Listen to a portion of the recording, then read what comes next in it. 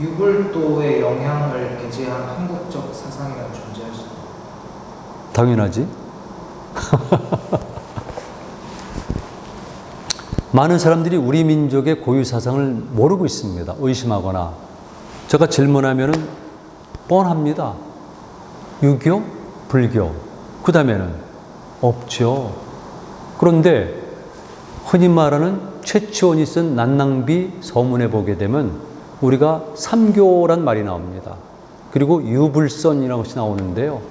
그거는 당시에 풍류, 화랑으로 움직임이 나타나지만 풍류란 것은 바로 유불선의 삼교가 합일된 것이라고 주장하거든요. 그것은 그 당시 때 풍류가 유불선의 삼교로 합한 것이 아니라 원래 우리가 있었는데 그것을 해석하려 할 때 보니까 이것은 유와 불과 선을 합친 모습을 가지고 있다라고 해서 저는 최초원이 그렇게 썼다고 봅니다. 왜? 그 이전에도 그런 게 있었으니까. 화랑 이전에도 고구려에는 조의선인이 있었으니까. 그리고 고구려와 백제 신라 이전에 조선이라는 나라가 실제 했었잖아요. 사료 기록도 있지만은 고고학적 유물을 보게 되면 최소한도 기원전 1500년 아니면 기원전 2000년까지는 분명히 어떤 정적 실체가 있는데 그 막강한 중국 세력과 논리력과 정치력과 학문적 실력을 가진 중국 세력과 갈등하면서 싸움을 하는 당시 조선이 이런 이데올로기라든가 사상이라든가 고유의 종교가 없었다면 말이 됩니까? 그건 안 되는 거지. 그게 가능한 겁니까? 이 나라의 지식인들에게 묻고 싶어요. 역사학자들에게. 그게 가능한 겁니까?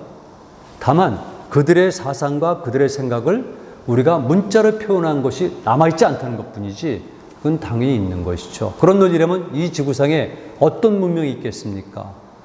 이집트 파피루스 쪼가리 마찬가지예요. 그럼 잉카나 마야는 어떻게 해석해지죠? 그리고 제발 무식한 소리 좀 하지 마세요. 지금 문명의 개념이 달라진 지가 얼마나 된 줄 아세요?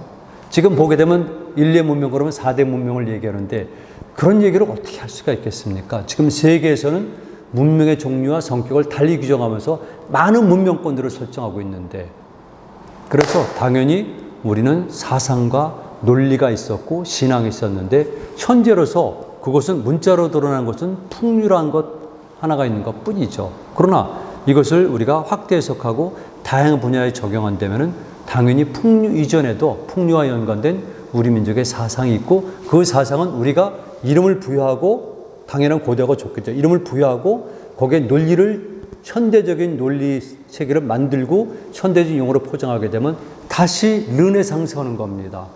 르네상스가 그거 아니에요?